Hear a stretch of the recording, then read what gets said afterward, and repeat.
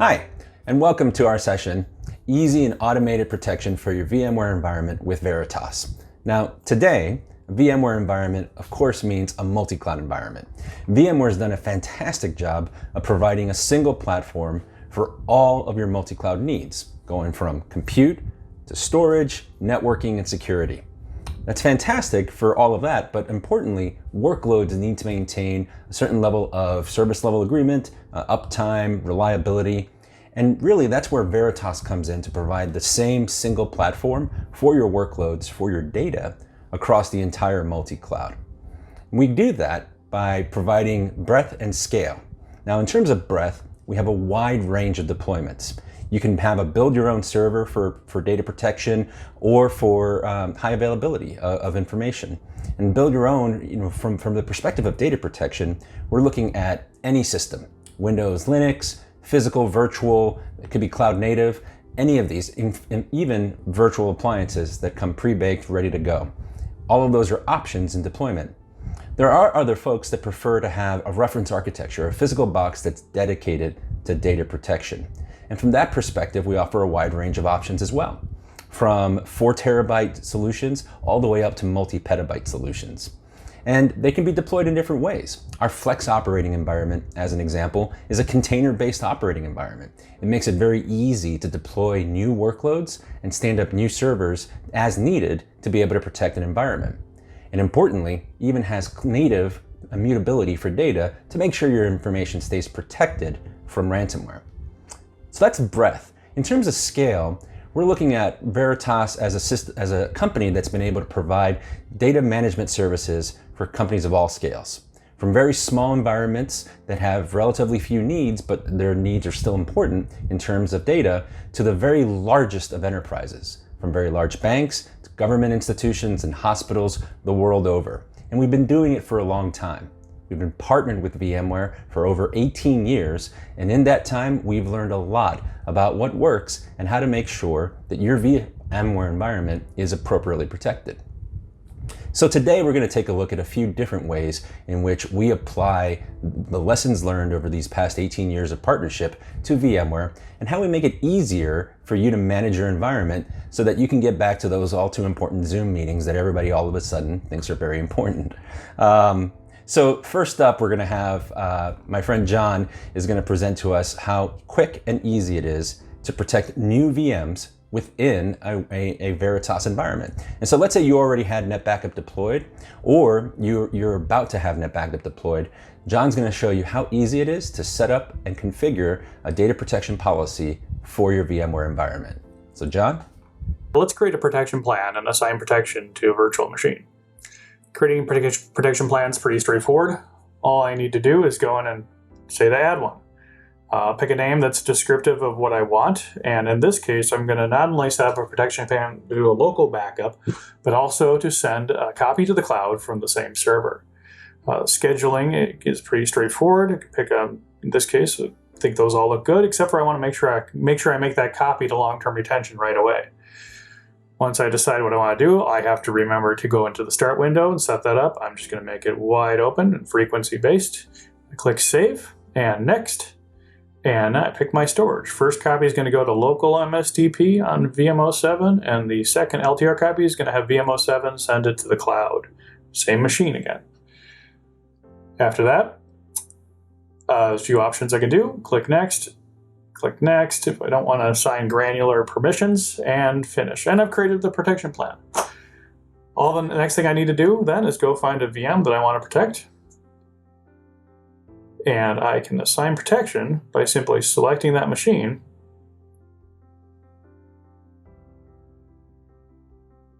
clicking add protection, pick the protection plan I want to protect it with, and selecting next. Review my things, click protect, and it's done and all taken care of. That machine will get protected and will follow that policy. But say you don't want to have to micromanage VMs and make sure they get backed up and all that sort of stuff. So for that, we have intelligent VM groups. With intelligent VM groups, it allows you to define criteria that are used to automatically select VMs and make sure they get the protection that you want them to get. Simply do that by using a query based on a various criteria that you want to check, and you can cascade them and put them together. In this case, I'm just going to use tags. I'm going to tell everyone who wants their VM to get backed up to make sure they tag their VM with a tag that says back me up. That tag then will get picked up off the VM automatically by Netbackup whenever the policy runs. So for protection, I can again just go in and pick one of my protection plans I've defined, and simply have to assign that protection plan. And like I showed you earlier, you can have different criteria and different things that happen in those protection plans, and it will automatically apply that protection or that series of locations you want that backup to go to any VMs that are discovered that have the defined tags. Let's say I just want to run a quick backup without having to do any special effort to do it. And what I'm going to do with this one is I just search for this VM in the infrastructure that was automatically discovered, and I'm going to do the new backup now feature, which means I can take a protection plan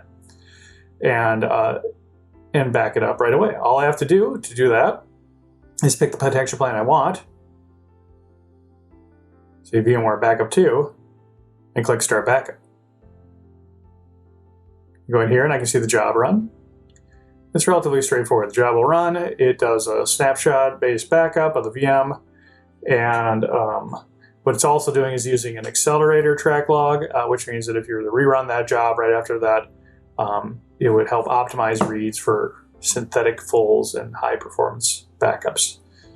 If I want to do a recovery point from one of the backups of this VM, I can do a couple different options. I can restore. This particular VM's got a backup, as you can see, one is local, one that's been sent to the cloud. When I do a restore, I can do an instant access virtual machine. I can restore the virtual machine, or I can even just download individual files and folders from the machine right onto my computer that I'm running the browser from. This works essentially by using direct access to the dedupe storage to do file level recovery right out of the VM image. All I need to do is patiently wait, click on Add, and it will allow me to browse basically the file system of this client. This is just a Windows box. Let's pick a few random files just for the sake of it. And we can recover a whole directory or individual files. I just got to select them just like you would expect. Click Add. They show up to the list of things that are going to be recovered. I run this and it prepares the files. I have to simply just click Download. It will download a zip file with everything that I indicated in it. Those files will be in a standard zip file, which allows me to pretty much recover that to any platform whatsoever. So it's a nice and easy way to get quick access to files. And consider this if you got like a VM admin who wants to do self-service, you can use RBAC to give them this access to the backup infrastructure and control that. So the next cool trick we could do, this is again from a build your own environment I've set up. I'm going to recover this VM, but instead of recovering it onto the data store that the vCenter server is using, I'm going to run it right off of our backup storage using instant access. I'm going to give it a unique name just to avoid confusing anybody, and I have to go through and click Next, and then next thing I just have to do is start the recovery. What this does then is it again uses the back-end storage to present to the vCenter environment a new data store that it can use to run the VM off of.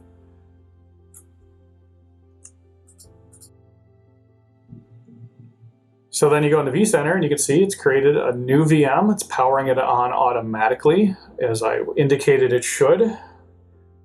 This is a fully functional VM. It would look just like the one I backed up. And it allows me to do things such as recover it. I can recover across infrastructures. I can use it for dev test. I can use it because I just want to try something out, for example, or whatever reason I have. And I can also do extended things too, like I can vMotion it. If I wanted to do a vMotion recovery, it will come online and vMotion in the background while I'm still using it off the back end. And this machine just boots up and it's good to go. And when you're done with it, you just need to click delete and it will disappear. And not only will it pull it out of the vCenter environment, but it will clean up the backend storage. Of course, your backup's still going to be there, so you'll still be able to go back and do it all over again. As you can see here, it's no longer present. It's all cleaned up. And then this is actively cleaning it out, and we're all good. Thanks, John.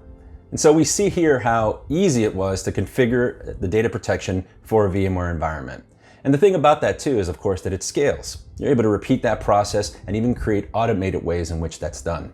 In fact, to talk a little bit more about the automated ways in which we protect VMware environments and how you can offload some of the responsibilities from yourself to the individual workload owners themselves, we're going to have our own Leegee talk about how we integrate with VMware's Vrealize operations.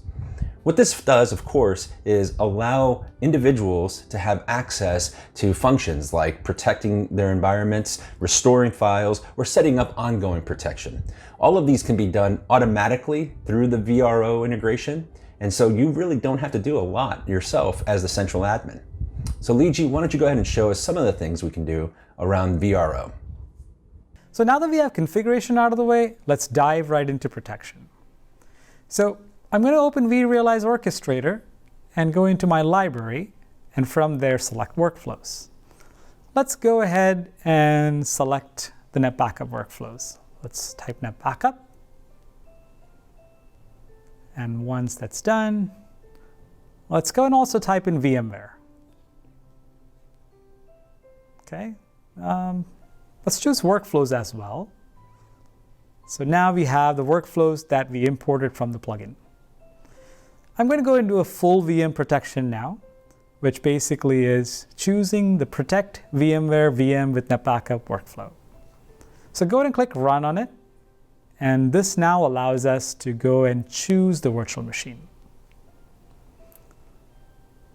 So let's go down into the data center, pick a data center, and then find a VM inside the data center. Let's choose London for now. Click Select. And this is going to query Netbackup and list all the protection plans that are available. So let's go and select Daily. And that's pretty much it. Let's go click Run. And this will add London 100 to the protection plan. Let's wait for the workflow to complete. And that's about it. It's complete. Now, let's go and do a restore. Restoring a VM is equally easy. So let's go right back where we were. In our library under Workflows, we're going to choose the Restore VMware VM with Netbackup, and this will allow us to do a full VM restore. So let's go ahead and select Run, and this will now help us choose the VM that we wish to restore. So let's go and browse that, look for that London VM we just protected. So let's go back into the data centers, under London, and look for the VM London 100. There you are. Let's go and select it. Now it's going to query Netbackup to find the available recovery points. So let's pick one of those recovery points. And we have a few choices. Do we want to overwrite the existing VM or restore into a new VM? Well, we need to provide a name for the new VM if that's the choice. We could also have the option to power on the VM after restore, or even remove its network interfaces. Let's power on the VM and let the network interfaces stay. Are you sure? Yes. Let's go. Click Run. This is going to fire off the workflow. And now, here we are. Right now it's waiting for the job to start, and then it's going to go into a loop and check the status of that job. I fast forwarded, and here's a job has been complete. So it's not every day that we wish to perform a full VM restore. We need the flexibility to perform individual files and folder restores, and that too without having to distribute agent across the VMware infrastructure. So let's go take a look at that. In the VRO Java console, let's go ahead and select the Workflows tab. And under the Workflows tab, we have Netbackup. Expand that. We'll have the Workflow subfolder underneath it. And under VMware, we have some agentless workflows under 8.2 and later. We have a couple of options. One's an option to send the files back to the original machine, or to send them to an alternate machine. For now, we're going to send them back to the original machine, and choose that workflow, and then go up and click play. Now we have a few more questions. Hey, which machine do we want to recover? So let's go and select that from our VMware infrastructure. So as soon as we choose the machine, and then we'll have a few more questions which kind of walk us through where the files needs to be recovered to the same directory or to the same file name and so on. Give it a few seconds here now. Once we discover this machine and the recovery points in Netbackup, the machine name will be populated here. There we go. Let's list the recovery points, and there's a couple, and let's choose the first one. For search, I'm using both so that the search criteria can be searched in files as well as folders. This is the base path for the search. So let's give it a folder name. And I previously backed up a file called Anaconda. So let's go and punch that in over here. So you must be wondering the search. Clicking that yes radio button initiates the search. So let's click that. And that's the results from our file catalog. So let's go ahead and click next now for the remaining questions. We have, hey, what directory do you want to recover to? Let's keep it the original. And we need to provide the OS credentials here. So let's go and punch in the operating system credentials. And once we're done, we'll go ahead and click next. Recovery options. Do we want to overwrite the file, or do we rename the file on restore? We're going to overwrite it and click next. Some additional recovery options where we choose the backup host or the data store and the transport path. Let's click next. And the final confirmation, are you sure? Yes or no? And let's go for it. Now that we've clicked submit, this initiates the workflow. At this point, a restore job would be submitted in Netbackup. And here's our workflow. Basically, it's in a loop checking to see whether the job has been initiated in Netbackup yet or not. It'll stay in this loop and keep checking on the job status. So I'm going to go ahead and fast forward over here. The job has been completed. It's denoted by the green checkbox on the left at the bottom. And that's it. Agentless single file restores. Now that we've done that, I want to show you one more thing. Previously, I showed you how we could take a VM from your infrastructure and add it to a protection plan so that it could be scheduled for protection. This time I'd like to actually show you how to go and do an immediate backup right away. So in our library in VRO, under workflows, select the backup VMware Vm now with Netbackup. We commonly call it backup now. Click run and choose the VM that you wish to protect. Let's go browse our VMware infrastructure. Let's go to a data center, and let's drill down and select a VM. Let's choose the same Red Hat one from earlier. Let's click select, and now it's going to query Netbackup to find the available protection plans. Here's the listing. Let's go and choose daily and click run. Now that fires off that workflow, and here's our job. Now we're basically looking and checking Netbackup to see if the job has been started there or not. Once it's started, it'll continue looping till the job exits.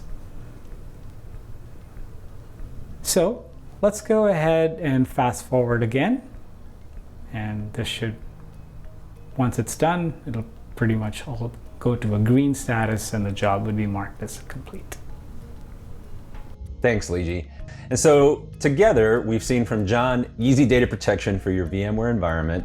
Liji showed us how integration with VRO can facilitate automation and delegation of work. That's just part of what's represented with the Veritas Enterprise Data Services platform. the one platform in terms of data services that provides the largest breadth of workloads and storage targets and types of clouds supported, the one that scales up to the very largest environment in the entire world, but again, brings that same power to even small environments. So definitely take a look at what we have to offer when it comes to Veritas and the Enterprise Data Services platform. Take a look at veritas.com/virtualization, and feel free to reach out to us at vmware.alliance@veritas.com. Thanks very much for attending our session.